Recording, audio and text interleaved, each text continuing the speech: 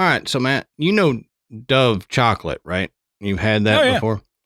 I realized something yesterday. Dove chocolates taste way better than their soap does.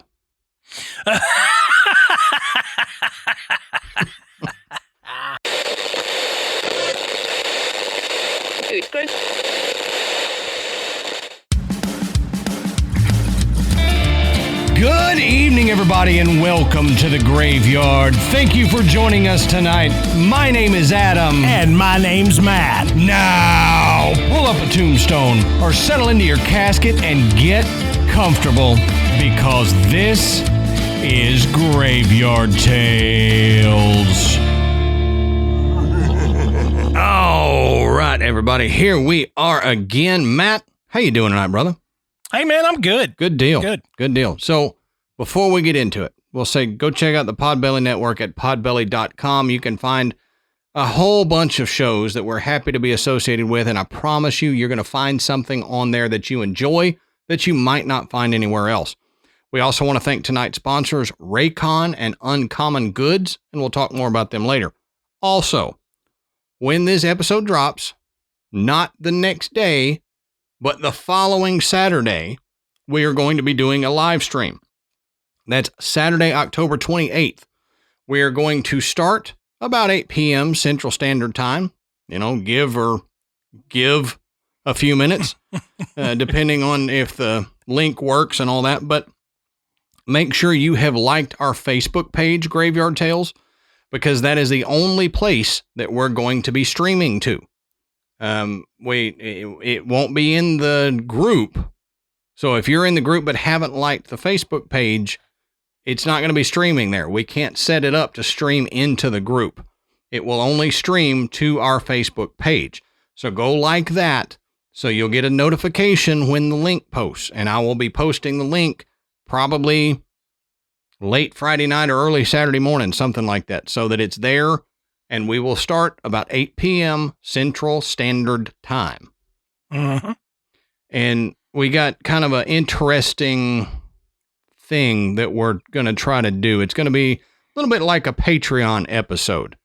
So if you like our Patreon episodes, you're going to love this live stream. And if you love the live stream, then you need to go over to patreon.com/graveyardtales and sign up to become a patron. And you can get episodes like that on a regular basis.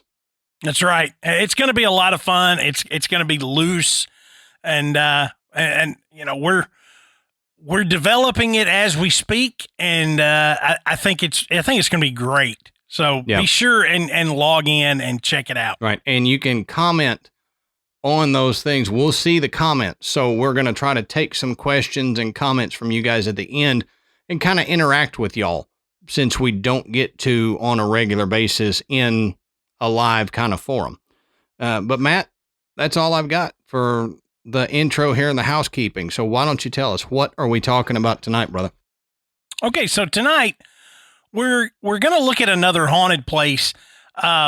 We've talked about similar places like this that have a history, you know, through the U.S. Civil War. And the mark that leaves on a building, on land, and sometimes throughout an entire region. Mm-hmm. We're going to discuss the Sweetwater Mansion in Florence, Alabama. Yep. Now, this place is pretty interesting because Adam and I were talking before we started here. When we talk about these old European castles and inns and all this stuff, these places that are insanely haunted, they have a history that is oftentimes just as terrifying as the haunting. Right. Sweetwater isn't really like that. Right. But it existed during a time of strife. And it was right there in the middle of all of it.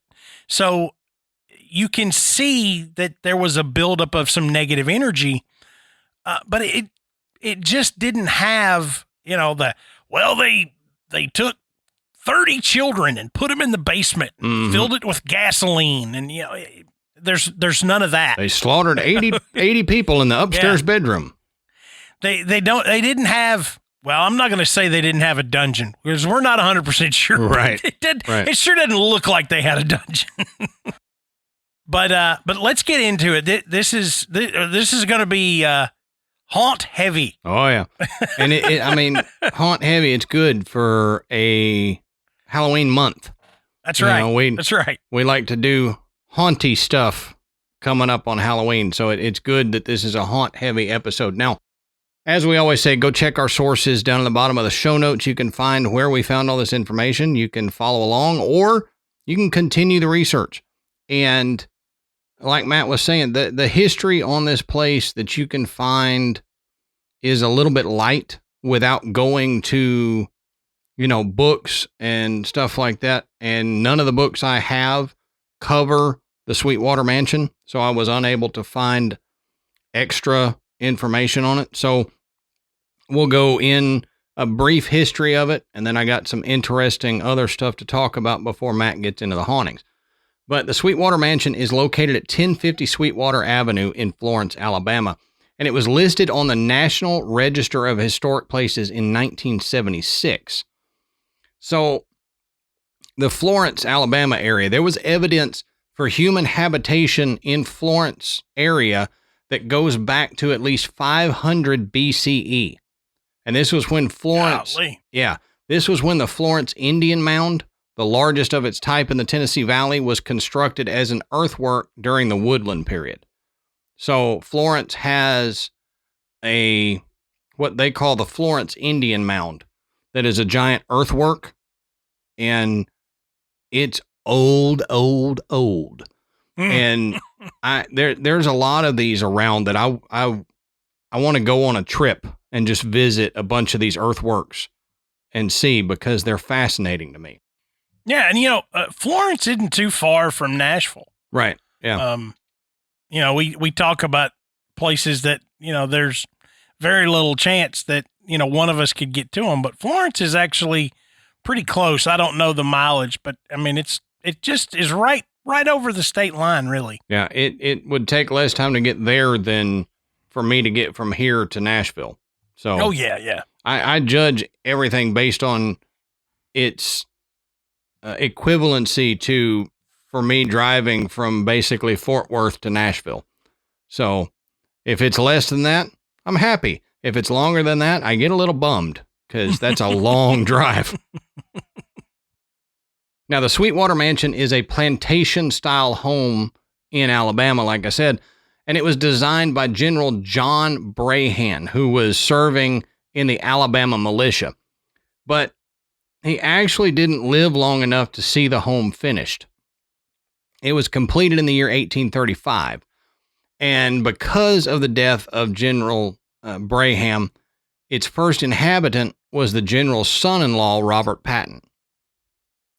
So, I know it's not the only time this has happened in history, but anytime it happens, I feel bad when the person starts building a home that they want to live in and then they pass away before they can live in the home. It's a bummer. So it's an 8-room home that's built out of brick. Now, these bricks were actually made on the side of the creek that gives the house its name, the Sweetwater Creek. So we've talked about this before, but it deserves another mention. They didn't go down to Bricks R Us or Brick Depot and pick up a pallet of bricks or have them delivered like home builders do now. If you wanted your house made out of bricks, you made the bricks. Right. Yeah. You went down and you mixed the mud and the clay and the hay and everything together, and you had to dry them yourself, and you made them. Now, they did have some companies that made bricks, but if there wasn't one near you, you're not going to get them imported from Mississippi to Alabama most of the time. Right. That's just going to raise your cost tremendously. Right. So if you can make them, you're going to make them. Or you're going to not build it out of brick and you're going to go with wood or something else. Right. So the side of the hill that the mansion was built on actually faces the busiest stage road in that area. So he picked a prime location. He wanted to be right there in the hustle and bustle of it. Now, they broke ground for the basement in 1828. And while building the basement, they added what is now called the, quote, mystery room. And it's one of the big interests of the mansion even to this day. It's a room where a lot of people say the hauntings start from. So we'll talk more about those hauntings here in a minute. But the weird thing about the mystery room is there's no entrance into the mystery room from the basement. The only way that you can see the room is from an exterior window located at about ground level. So think about it. If you didn't know this room was here and you're walking through the basement, it doesn't seem like there's a room. Right. You're walking around the outside of it. There's no entrance into this room. There's just a window. So you look in, you see a bare room. And if there was nothing in the basement, you'd think, oh, this just goes into the basement. Unless you have somebody standing in the basement and you're trying to see them through this window and you go, I don't see you. Where are you? Right. You know, so you see basically into an empty room with no door, no tunnel, nothing, just a window. So why? What is this room there for? Right. Yeah. It doesn't make any sense at all. This wasn't something that was common. You know, there weren't a bunch of other houses that had a room that you essentially could not access. Yeah. It's not like a panic room where they could run down there and lock themselves in. Yeah. And it certainly wasn't for storage, because even if you could get something in there, how the heck are you going to get it out? Right. You just start throwing apples through the window and you're like, I'll get it out eventually. How? Yeah. It does not make any sense to me at all why this room would exist. Nope. So that, and I'm not alone, but that makes people believe that there must have been a paranormal reason for this room to exist. Yep. Okay. Not that there was anything paranormal going on and they said, oh, they had a reason for it being there. Yeah. And it must have been something extremely unusual. Yep. Because they built it when they built the basement. It's not like they added this on. When the house was being built, they made this room. Yeah. And it wasn't like they just sealed up a corner. Yeah. Yeah. You know. And I'll talk about the rest of the basement here in a minute, and it'll make you kind of question it as well. But, I'm trying to think, were they disgrace rooms or shame rooms like the Jefferson Hotel has, where back in the day, if you had a mentally handicapped family member, you would put them there in that room, feed them, whatever, but they had to stay in this room so that society didn't see them. This was prior to the, quote, lunatic asylums that they started building to where they shipped their handicapped relatives off to. So I thought maybe that was it, but I thought no, because there's no entrance or exit. So you can't put a family member in there and then bring them food, bring them water. And right. It doesn't make sense. Isn't the one in the Jefferson, it's like a tunnel almost you have to crawl through to get to it? It's in the attic, but where it is in the attic is real low roof. So we did have to squat real low and crawl to it, because they eventually built another part of that hotel over top of it and down. So it's like this little weird room stuck off in a corner in the attic. So it's, I don't know. But you had access to it. Yeah, there was access. There was a way to, get in and out, I think it was their son that they kept up there. And so he was able to get in and out, but it reminds me of this room, but then it doesn't remind me of this room. I don't know. But the basement area itself has 5 rooms with a fireplace in each room, as well as a wine cellar, pantry, and laundry room, and a preserving room. So what's with this extra room? Yeah. You know, you got all these other rooms that have fireplace and everything in there. So there's going to be stuff happening down here in the basement. Why have a room with nothing? Now, maybe did they intend to add a door? But if so, why did they build the wall with no hole?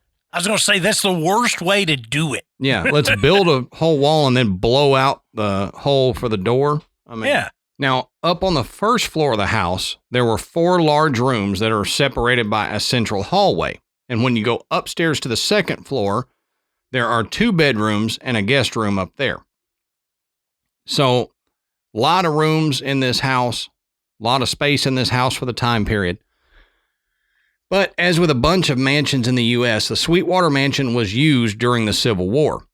It was actually used by both the Confederate and Union armies.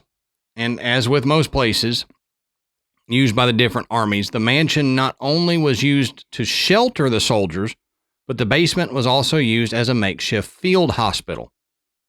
So we've talked about the different procedures and the gnarly mess that happened at these makeshift hospitals during the Civil War.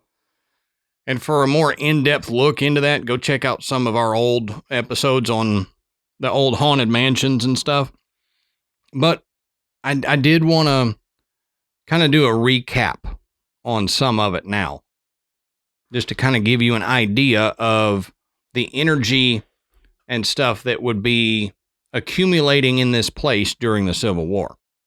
Now, 3 of every 4 surgical procedures performed during the war were amputations.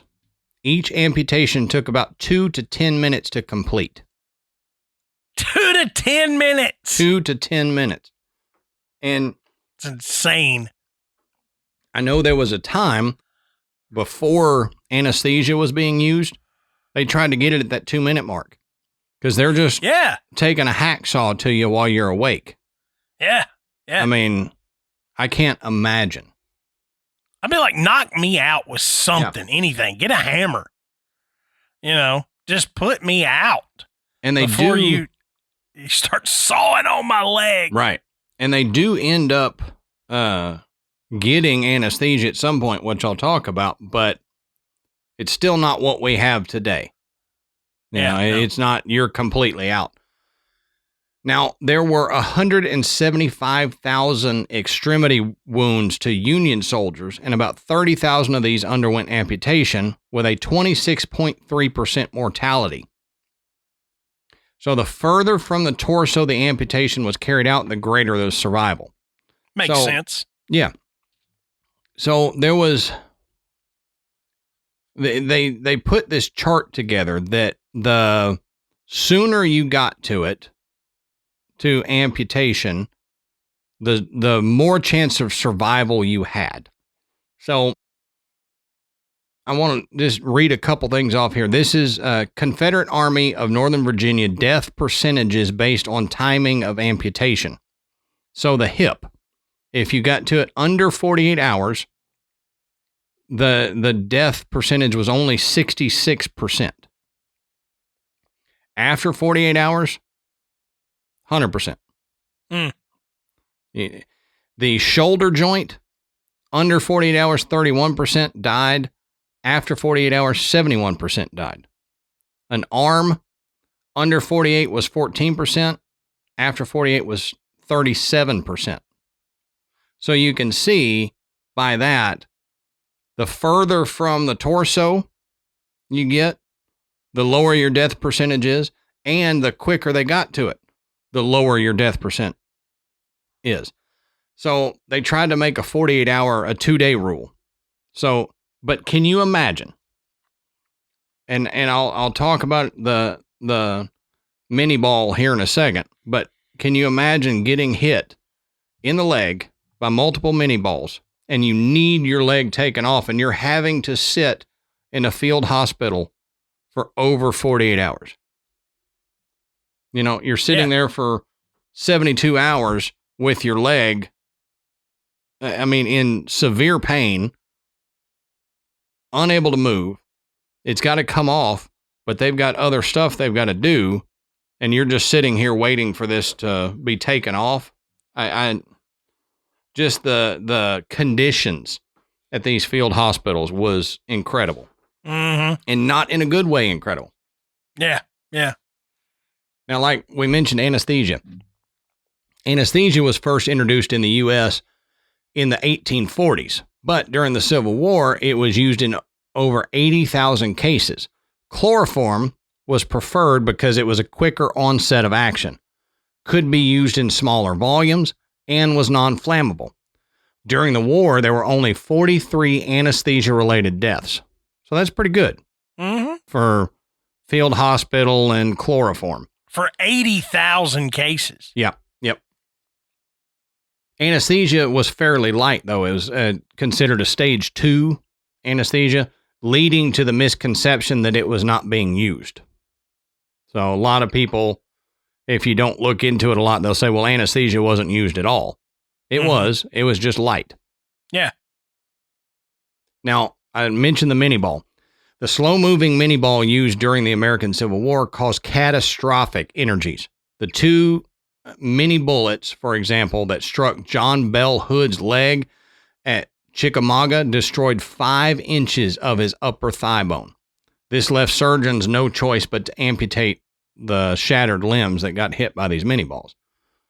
The injuries to be dealt with were dreadful and the fault of the soft lead mini ball. With the capability to kill at over 1,000 yards, this soft lead bullet caused large gaping holes, splintered bones, and destroyed muscle, arteries, and tissues beyond any possible repair, especially for the time. Those shot with them through the body or the head would not be expected to live at all. Almost all wounds were caused by the bullet, with canister, cannonball shells, and edged weapons next on the list. The cylindrical lead bullet, the mini ball, was rather large and heavy. It was a .58 caliber usually.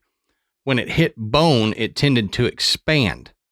When it hit guts, like the intestines, it tended to tear them in ways the old smoothbore musket ball did not. Since they crushed and smashed bones so badly, the doctors did not have much choice but to amputate a limb. Wounds to the stomach were almost always a death sentence. Civil War doctors, it says, were woefully ill-prepared. Of 11,000 Northern physicians, 500 had performed surgery. Man. Well, I've never done this before. Yep, that's what it was. So hold still. In the Confederacy of 3,000 physicians, only 27 had performed surgery. Many docs got their first introduction to surgery on the battlefield. Doctors usually did not specialize. Medical school for many was just 2 years, some less, and surgeons reacted by adapting. They learned surgery on the job, and people died, of course, until they learned and became better. So your chances of getting a skilled surgeon, if you got hurt and sent to one of these field hospitals like the Sweetwater Mansion, was slim to none. Yeah. Yeah. And I know it sounds like a staggering statistic when they say that these doctors were performing surgery without any experience and a lot of people died. You got to understand, these people were going to die anyway. Right. I mean, these were last ditch efforts to save lives, and a lot of times it worked. I mean, they were able to save the lives of soldiers by removing limbs, by preventing bleeding out, by preventing an infection to set in. Even if they did a hack job, it still, saved an individual's life. Now, of course, they lost a bunch, but how much knowledge did they gain by doing this over and over and over, to the point that it was a contribution towards modern medicine? Right. That they're like, hey, we tried this on a dozen of these guys and 8 of them lived. So maybe we need to change how we're doing things. Well, and they probably, without the Civil War, would not have gotten that type of experience that fast. Right. So it probably advanced modern surgical procedures leaps and bounds. Because if you think about these 3,000 union physicians, how many of them do you think would get the volume of surgeries like this in a normal practice under normal conditions? Never. Right. And there's a difference. If you're doing surgery on a soldier that's been wounded on the battlefield, as opposed to doing surgery on the 28-year-old son who is, set to inherit his family's fortune. Mm-hmm. You're going to be a little more cautious, nervous. If I mess up on this guy, this would ruin my reputation. I could lose my career. And if I do it to the wrong family, I could lose my life. Yep. They didn't have those type of concerns, and it allowed them to do things that maybe they wouldn't have done so readily. So Adam's right. There was no way that these surgeons were going to get that level of experience by, being essentially in a private practice in a township or a community. So there were good things that came out of this, as bad as it sounds. Yep. All right, Matt. So it is my favorite time of year. I mean, the leaves are changing color. It's getting chilly at night. We can have the windows open. And, it's time for my favorite holiday. Raycon's anniversary. Yeah, absolutely. And I know what y'all are thinking out there. You're thinking, well, I thought that was Halloween. Well, let me ask you, does Halloween also give you 20 to 40% off premium electronics? Not usually. No. So listen up, because Raycon is celebrating their anniversary with a sale that you don't want to miss. Now, you may have heard us talk about Raycon before, but it's their anniversary sale. And this year, Raycon is turning 6, just like Graveyard Tales. Did you know they were as old as Graveyard Tales is? That's pretty amazing. It's amazing. So in the 6 years, Raycon has really made a name for themselves in the premium audio space. Yeah, and they have already in that 6 years racked up 78,000 5-star reviews. That's amazing. And the reason is because they're amazing. Now, I wear the everyday earbuds, and they are known for delivering high-quality audio and thoughtful features like 32-hour battery life and that perfect in-ear fit for all-day wear and lasting comfort. All this at half the price of other premium brands. And let me tell you, Amanda and I both wear Raycons. We both absolutely love them. We just got back from a trip to the beach. Amanda, she wears her Raycons all the time. Mm-hmm. She takes phone calls on them. She listens to music on them. You rarely ever will see her without one of those Raycon everyday earbuds sitting in her ear. I always thought she glued them in, but... She might as well, because they don't fall out. Right. She's wearing them on the beach. We're out there throwing football back and forth. She's got no problem. She's not even worried that she's going to have to hunt for one in the sand, because she knows it's not going to fall out. Right. So help Adam and I celebrate Raycon turning 6 with their biggest sale of the year. Hurry now to buyraycon.com/tails and use code BIRTHDAY to get 20 to 40% off site-wide. That's right. Raycon's turning 6 and having their biggest sale of the year. So go to buyraycon.com. That's BUYRAYCON.com/tails and use the code BIRTHDAY to score 20 to 40% off. Buyraycon.com/tails. And if you think about now, you have practicing physicians and surgeons, but you then have the specialized fields of battlefield and trauma medics and battlefield and trauma surgeons. Mm-hmm. Things have to be done a different way in a war zone and when time and equipment is limited. Right. So a lot of these battlefield surgeons, battlefield medics will end up going into private practice or working at hospitals and stuff when they come back from war and bringing that knowledge with them.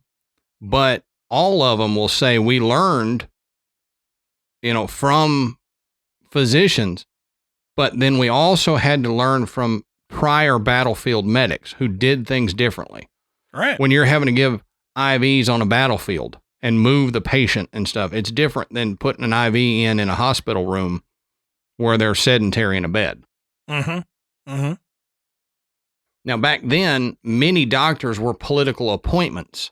So there were no licensing boards in the 1860s. So Army exam boards often let in quacks.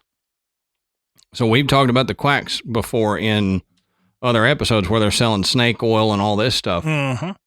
There was no licensing to keep them out. So you might get one of these guys that's dumping cayenne pepper oil on your wound and going, it'll either fall off or heal itself. I don't know, but we'll see in 48 hours. Thanks, Doc. Yeah. It's like a doc. When I was in Mississippi, I think I've told this story before. There was a doctor, no matter what you had wrong with you, he had a standing order for a Triple H enema. Oh, yeah. You come in there with a hangnail and you're getting a Triple H enema, and somebody finally was bold enough to ask him what that was. He said, it's high, hot, and hell of a lot. Yeah. Yeah. That's one of these guys. Yeah.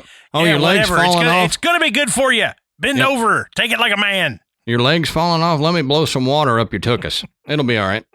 It'll blow that leg right off. I promise. Yeah, that's right. So this goes on to say that the field hospital was hell on earth. The surgeon would stand over the operating table for hours without a let up. Men screamed in delirium, calling for loved ones, while others laid pale and quiet with the effect of shock. Only the division's best surgeons did the operating, and they were called operators. Already, they were performing a crude system of triage. The ones wounded through the head, belly, or chest were left to one side because they would most likely die. It says this may sound somewhat cruel or heartless, but it allowed the doctors to save precious time and to operate on those that could be saved with prompt attention. The surgeon would wash out the wound with a cloth. In the Southern Army, sponges were long exhausted, and probe the wound with his finger or a probe looking for bits of cloth, bone, or the bullet. If the bone was broken or a major blood vessel torn, he would often decide on amputation. Later in the war, surgeons would sometimes experiment with resection, but amputations were far more common. So just picture this. You've got the Sweetwater Mansion being taken over by one of these armies, the Union or the Confederates, and the basement has been turned into triage and a hospital. So you have dozens, hundreds maybe, wounded men that come in there every day. Blood spilled on the floor. Mm-hmm. There's pain, screaming, limbs coming off, maybe Triple H enemas, maybe leeches being put on parts of the body, chloroform, whiskey being used, all sorts of stuff.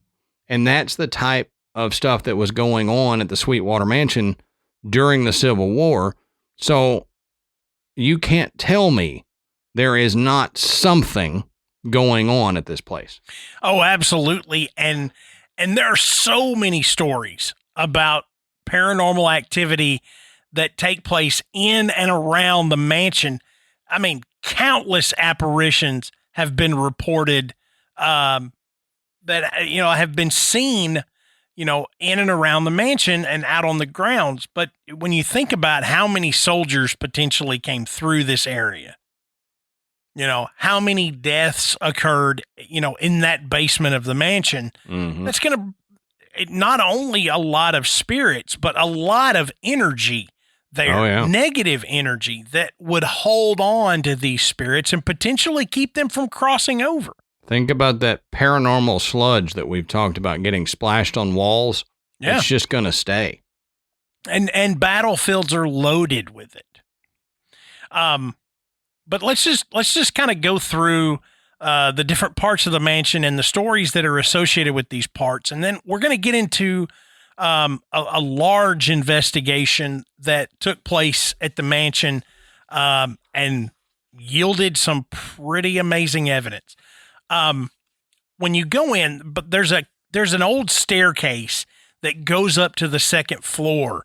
And it's right there when you open the front door.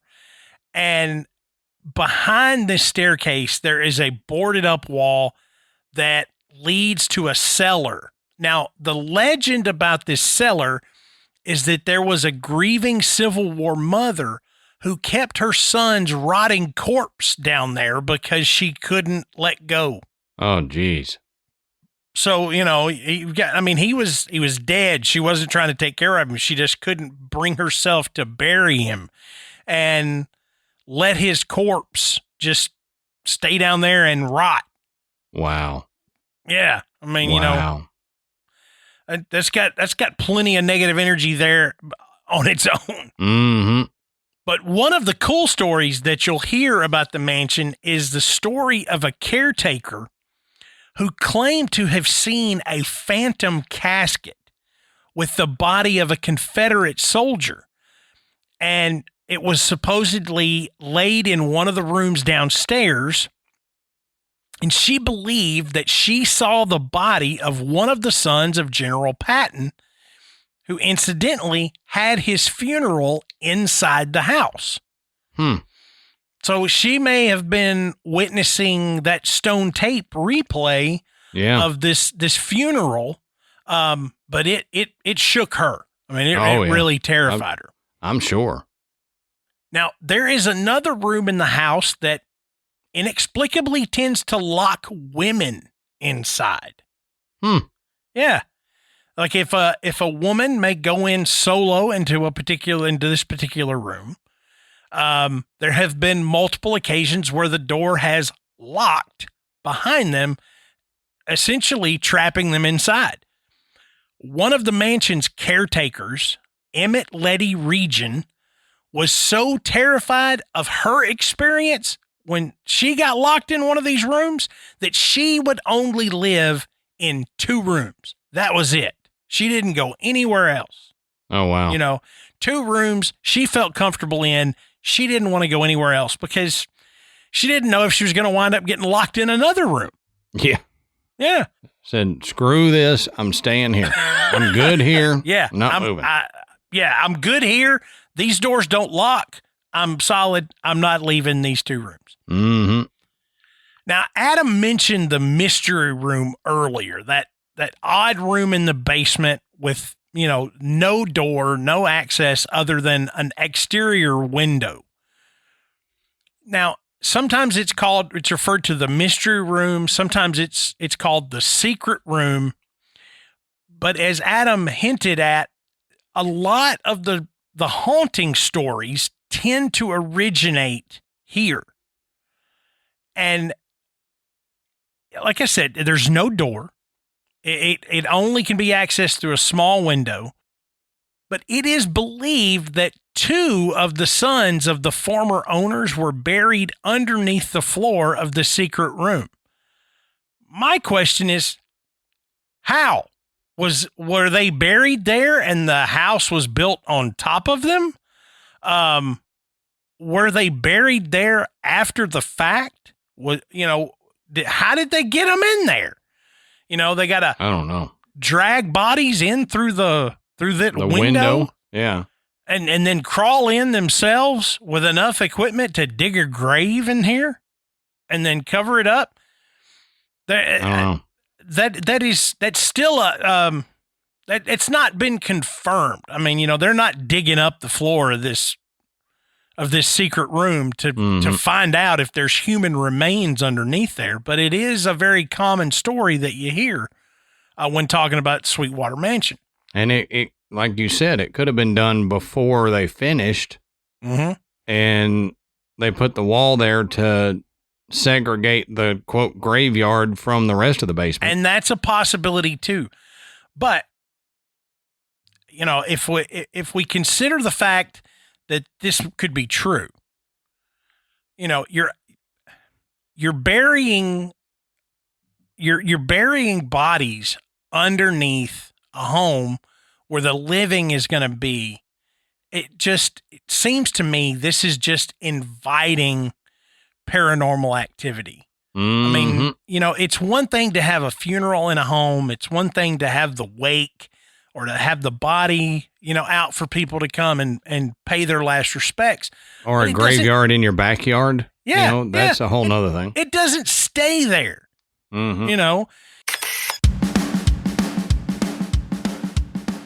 Adam, one thing I absolutely enjoy is having something that's so unique that people notice it and ask, hey, where did you find that? Right. Yeah. Where did you get that? Whether it's, a cool watch band or a bracelet or a hat, somebody to come up and go, man, I really like that. Where did you find that? Because I hadn't seen that everywhere. I can always tell them, go to Uncommon Goods. Okay? Uncommon Goods is your secret weapon to have that cool piece of swag that nobody else has got, to give that perfect gift to a friend, to a loved one, that just says, hey, this made me think of you, and I knew that you would love it. Uncommon Goods is here to make your holiday shopping stress-free by scouring the globe for the most remarkable and truly unique gifts for everyone on your list. Whether you're shopping for your secret Santa or for your entire family, Uncommon Goods knows exactly what they want. And a few of the things that I really, really think are cool at Uncommon Goods, at being a therapist, these trigger point balls. Oh, yeah. I mean, these are fantastic. I saw those and immediately thought of you. I was like, Matt's going to love these. I mean, being able to find those little knots that get in your neck and your back and between your shoulder blades, and having that ball it allows you to work them out. Adam sits at the computer, working on the show and doing editing and stuff for long hours. His neck bothers him. This would be something perfect for him. Yep. And we also love to camp, and I've got a big affinity for, our national parks, and they have national park camping blankets, national park hats, national park necklaces. It's so cool. That are done by individual artists. It's not something that's mass produced. These things are bespoke. They are one of a kind in a lot of cases. And if you find something really cool, you better get it, because it may be gone and they don't have anymore. Yeah, exactly. I just actually speaking of gone and not have anymore, I actually got Ashley some TCU wine glasses on there because they have the cityscape. Yeah. So it shows like the drawing of TCU. And when I ordered them, thank God I ordered them when I did, because they had 2 left. And I was like, oh, no, getting them. So if you see something, you better pick it up. And when you shop at Uncommon Goods, you're supporting artists and small independent businesses. These fine products are often made in small batches, like we said, so shop now before they sell out at the holiday season. Uncommon Goods looks for products that are high quality, unique, and often handmade in the U.S. They have the most meaningful, out-of-the-ordinary gifts anywhere. And with every purchase you make at Uncommon Goods, they give back $1 to a nonprofit partner of your choice. They've donated more than $2.5 million to date. So, if you want to get something cool for a loved one or a friend of yours, or for yourself. Yeah. If you say, I'm going to do this for myself and not anybody else. I mean, what you can do that, and you can be selfish. I wholeheartedly approve of being selfish and getting something for yourself on it. And to do that and get 15% off, you need to go to uncommongoods.com/grave, GRAVE, and you can get, like I said, the 15% off your next gift. Yeah, that's uncommongoods.com/grave, GRAVE, for 15% off. Don't miss out on this limited time offer. Uncommon Goods. We're all out of the ordinary.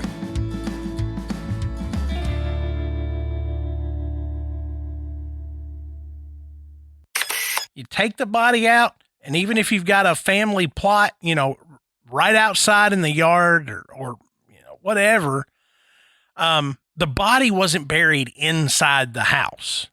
But according to this legend, those two sons were buried underneath the floor of that mysterious room.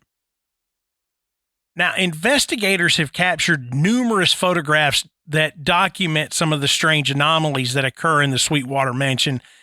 And one photograph was that of the distinct shape of a Civil War soldier dressed in a Confederate uniform outdoors on the property one evening.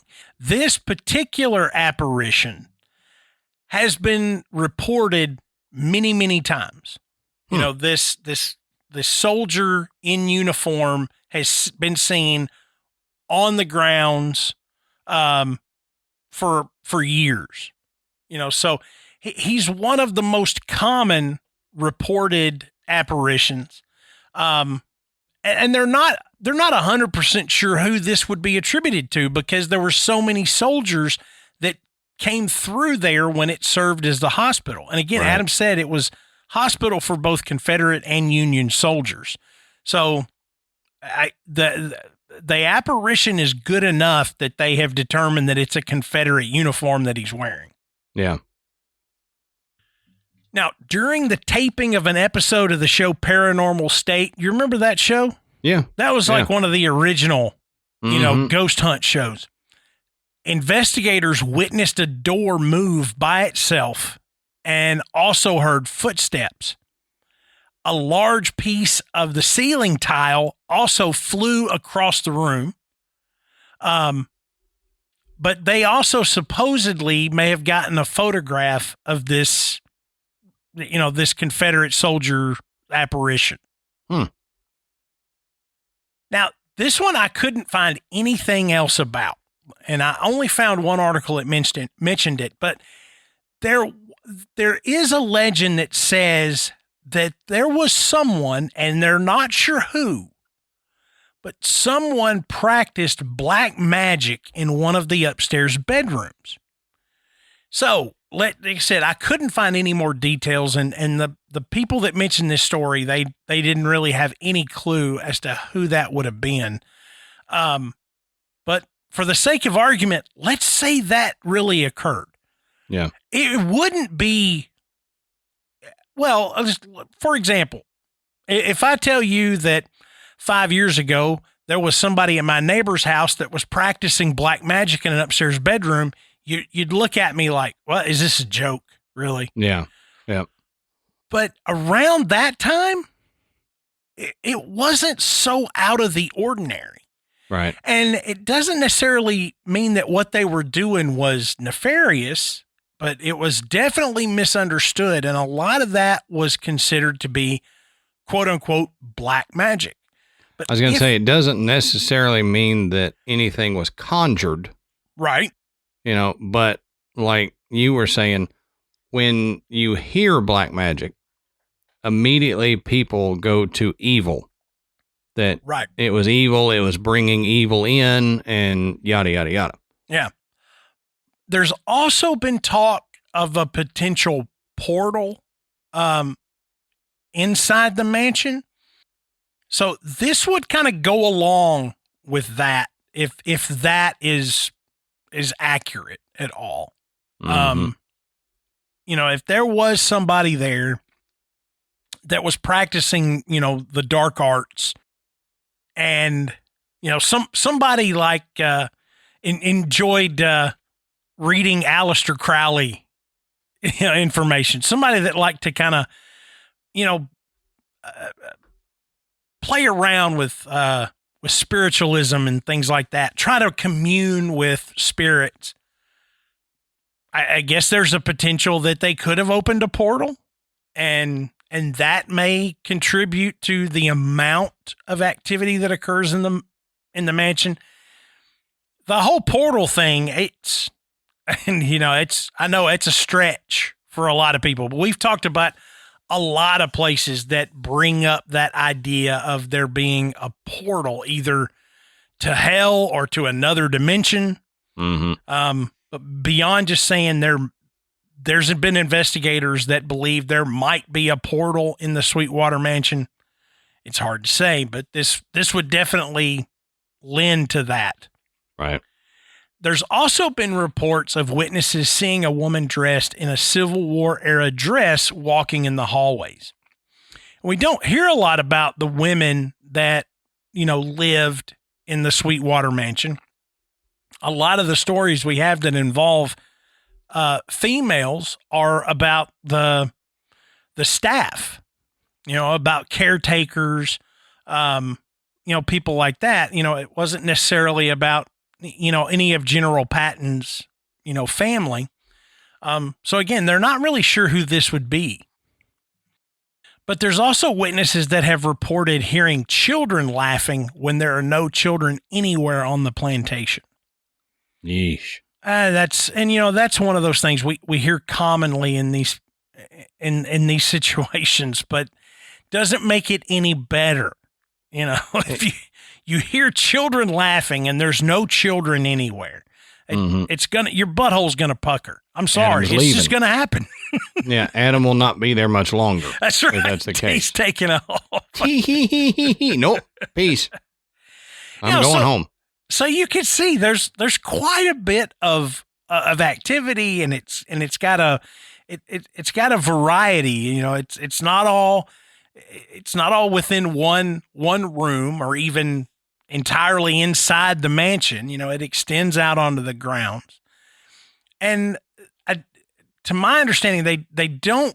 It's not open for tours at this point. Mm-hmm. That may have changed. I tried to find some information about could you visit it now, but they do let paranormal investigators come in. And so this Leslie Ann Hyde and her investigative team with Southern Ghost Girls Tours. It's a hard name to get out all at once. Southern Ghost Girls Tours. They have recorded many paranormal activity events inside and outside of the Sweetwater Mansion. And Hyde says that they have this overarching commitment to help maintain and preserve historic places such as the Sweetwater Mansion. And the caretakers of this old house, they dropped the money-making tours because the property is too dangerous. Okay. But they invited Leslie Hyde and her team in there because of all the reports of the apparitions.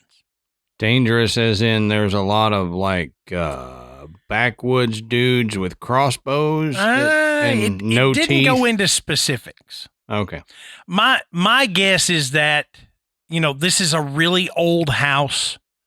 There's a good chance that, stairwells are not structurally sound.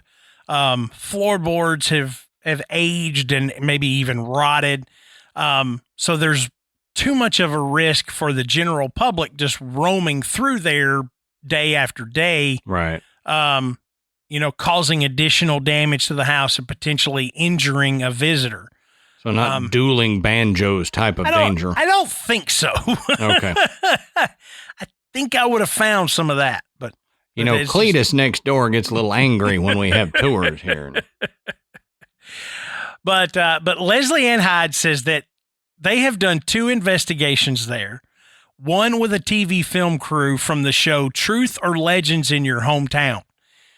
And Hyde admits that she really does not want to visit this house again if she can avoid it. Right. Now, this is a paranormal investigator. Yeah. Okay.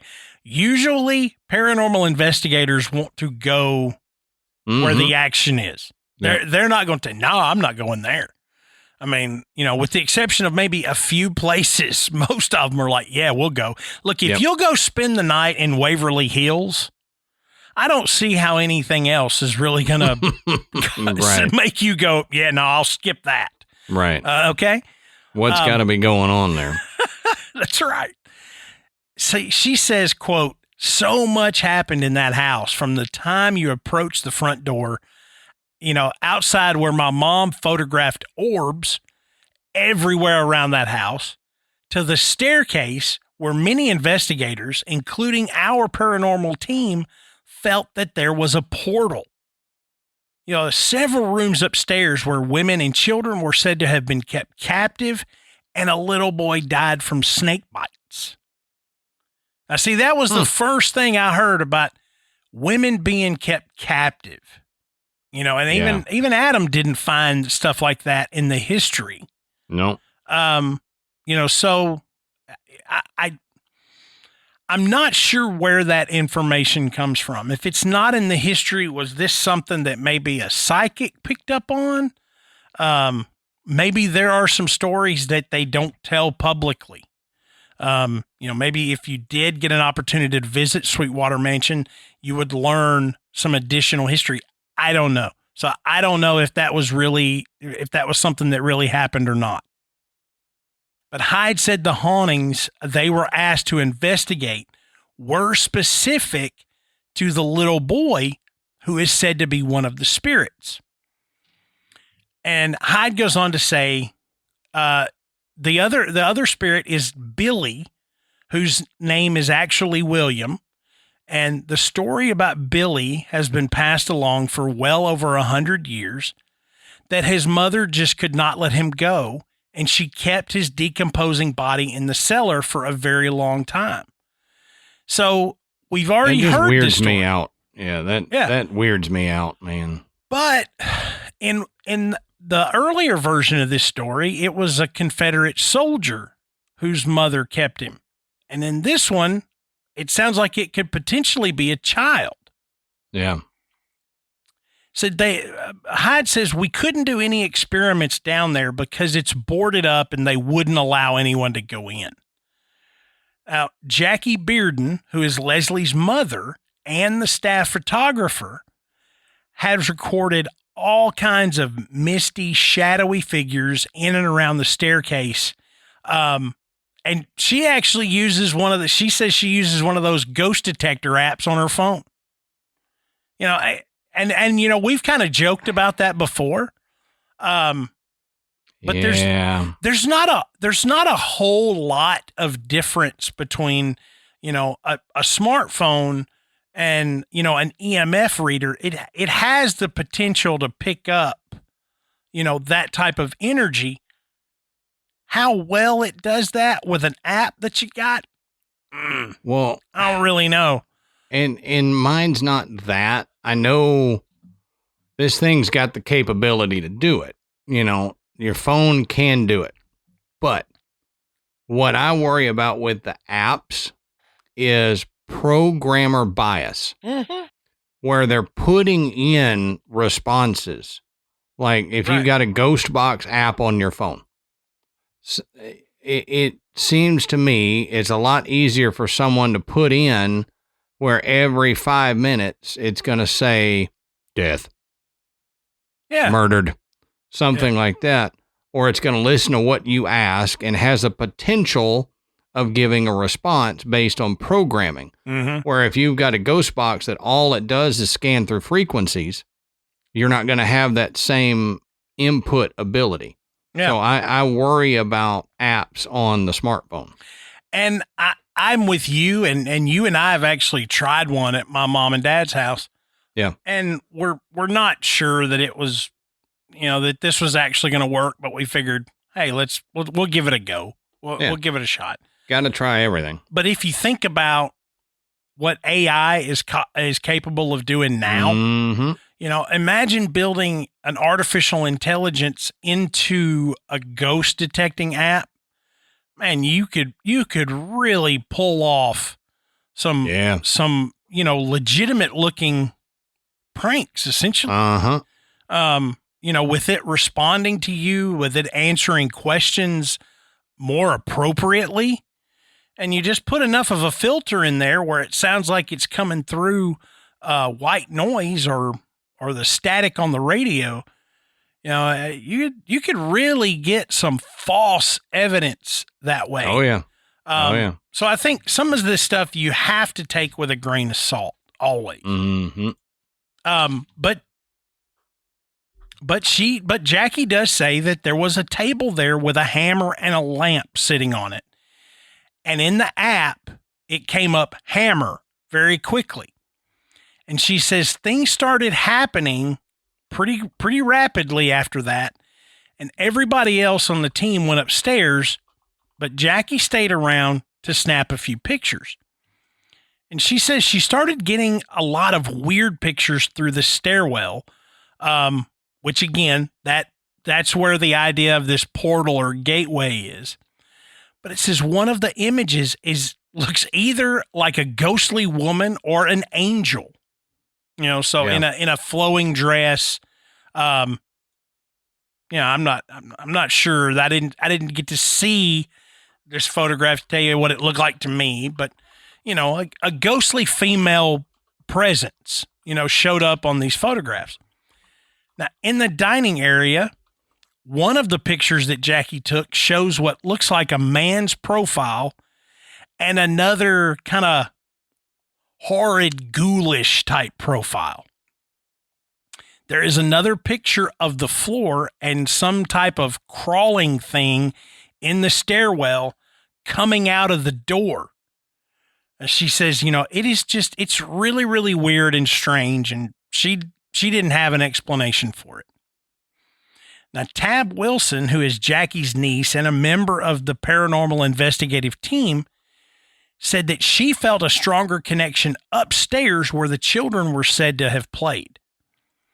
And she says, we also got a response in the nursery where a 6-year-old boy allegedly met his death while playing with what he thought were worms, but were actually baby copperheads.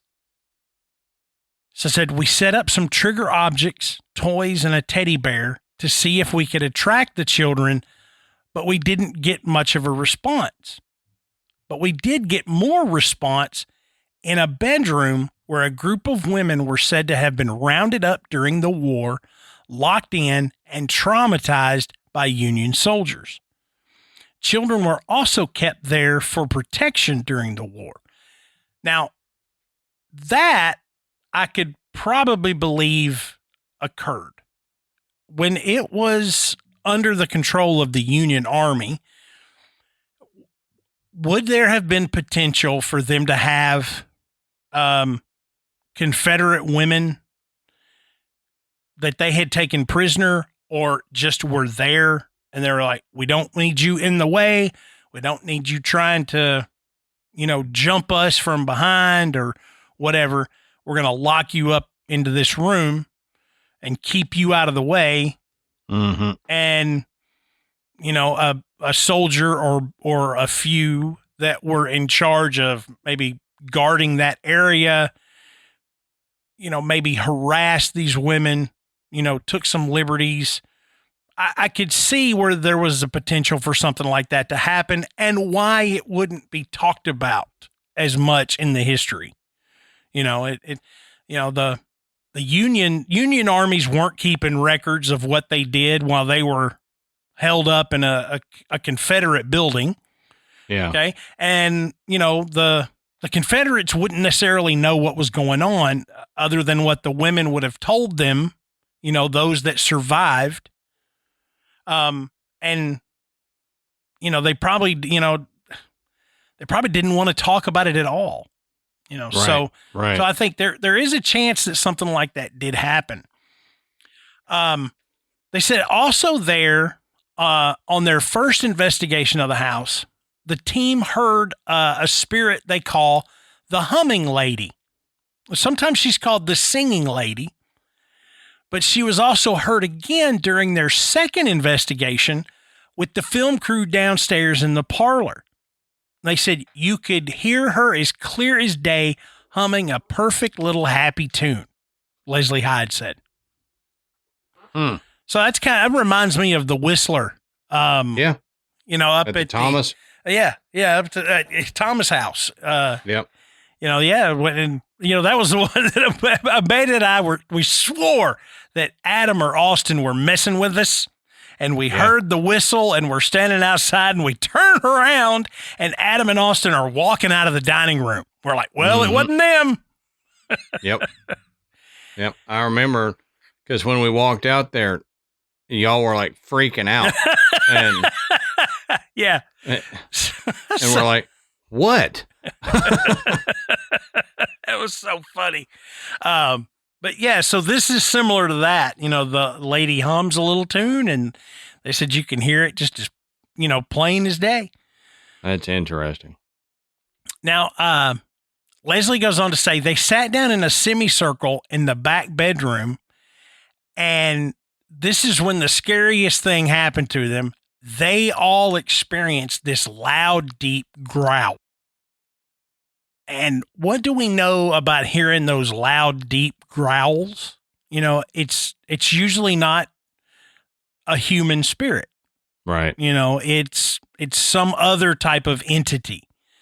And, you know, that pretty much sealed the deal. Yeah, we're like, oh yeah, this is not good, you know? Yeah. And it also speaks to that idea that there could be a portal in there.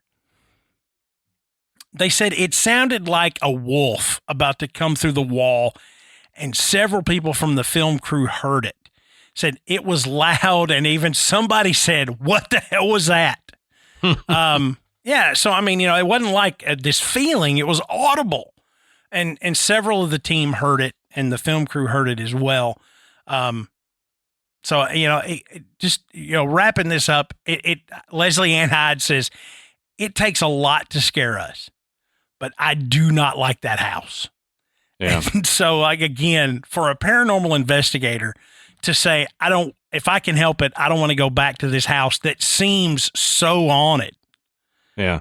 You know, it's hard. And it's, you and I know, when we talked about this when we went to the Thomas house, that it's really tough to explain to somebody the feeling that you get. Right. You know, that you're standing in somewhere and you just get that I'm not alone, or something is off about this place. You know, you feel it when you get into some situations where, you know, your spine tingles or your hair stands up on end, and it's just tough to explain. You know, you're not actively witnessing anything. You know, sometimes it's your mind playing tricks on you. But when you get that feeling, you just know in your gut, this is whatever it is. It's not typical.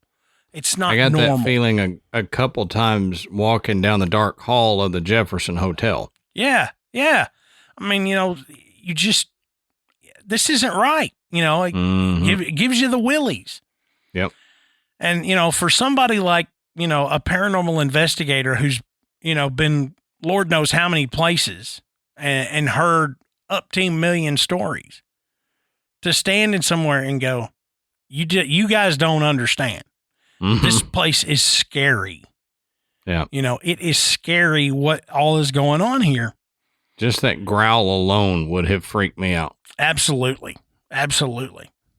So, I mean, to me, it really does sound like that the Sweetwater Mansion is haunted. I did find a lot of little blurbs and comments from people who claimed that they had either had a family member that worked there, or they themselves had been affiliated with the mansion in some manner. that said this is all baloney. You know, you don't believe any of it. You know, nothing ever happened there. Yeah. And I have to think, where there's smoke, there's fire. And when there's this many stories, sure, they may have been embellished. And sure, some of the legends may have been, exaggerated in order to allow them to fit the paranormal experience that people have had. But I just don't think you get this many stories, this many people, this many investigations to just come out and say absolutely nothing is happening there. This is all made up. It's all baloney. And they're obviously not making any money off dragging tourists in. So why perpetuate these stories at all? Yep. If you're not profiting from it, I really don't see that there's any reason for you to, just keep coming out with different stories of paranormal activity. It just doesn't make sense. It's like that mystery room. It doesn't make sense. We don't understand, why you would do something like this. Why would you build this crazy room? Why would you make up this many stories about this place being haunted if you're not looking for some attention or a little bit of cash? Yep, exactly. So I tend to believe, that, at least some of these stories are pretty accurate, and that there have been a lot of folks that have experienced some odd things there. But what do you guys think? I mean, like I said, Florence, Alabama is not far from me. I know we have a lot of listeners in Middle Tennessee and Northern Alabama. I'm sure that if you're from that area, you've heard some stories about the Sweetwater Mansion. Like I said, I've heard dozens of stories about these places that are all around me. Adam knows places that are around him. You just hear them. If you've got something that we left out, if you know a little tidbit that we didn't cover, please let us know. And the best place to do that is in our Facebook group. Thousands of members. It's a safe place to share those personal experiences. No one's going to make fun of you. We're all just in there because we want to hear these fantastic stories. Okay. When you're done there, you can go check out our website, which is graveyardpodcast.com. And there you can find links to purchase Graveyard Tales merchandise. You can listen to the show, and you can become a patron. And we thank everyone who has donated to the show. It really helps Adam and I keep this thing going. Just we told you at the beginning, we've got a lot of different type shows on our Patreon channel. So check it out. They're different from our main shows, and there's a huge catalog now. So, give it a shot. And with the holidays coming up, if you've got a Graveyard Tales fan in your family, gifting them a Patreon membership would be a great thing, because you're giving them, close to 200 bonus episodes. Yeah. All right. I think that's all I've got for this one. It was crazy. I know. It seems like such an innocuous place. Yeah. And then you look into it, it's like, there's some stuff going on. I know. It's the weirdest thing. An old home that has less history and more haunting. It's usually the other way around. So Right. But it's pretty cool. So until next time, we'll save you a seat in the graveyard. See you soon.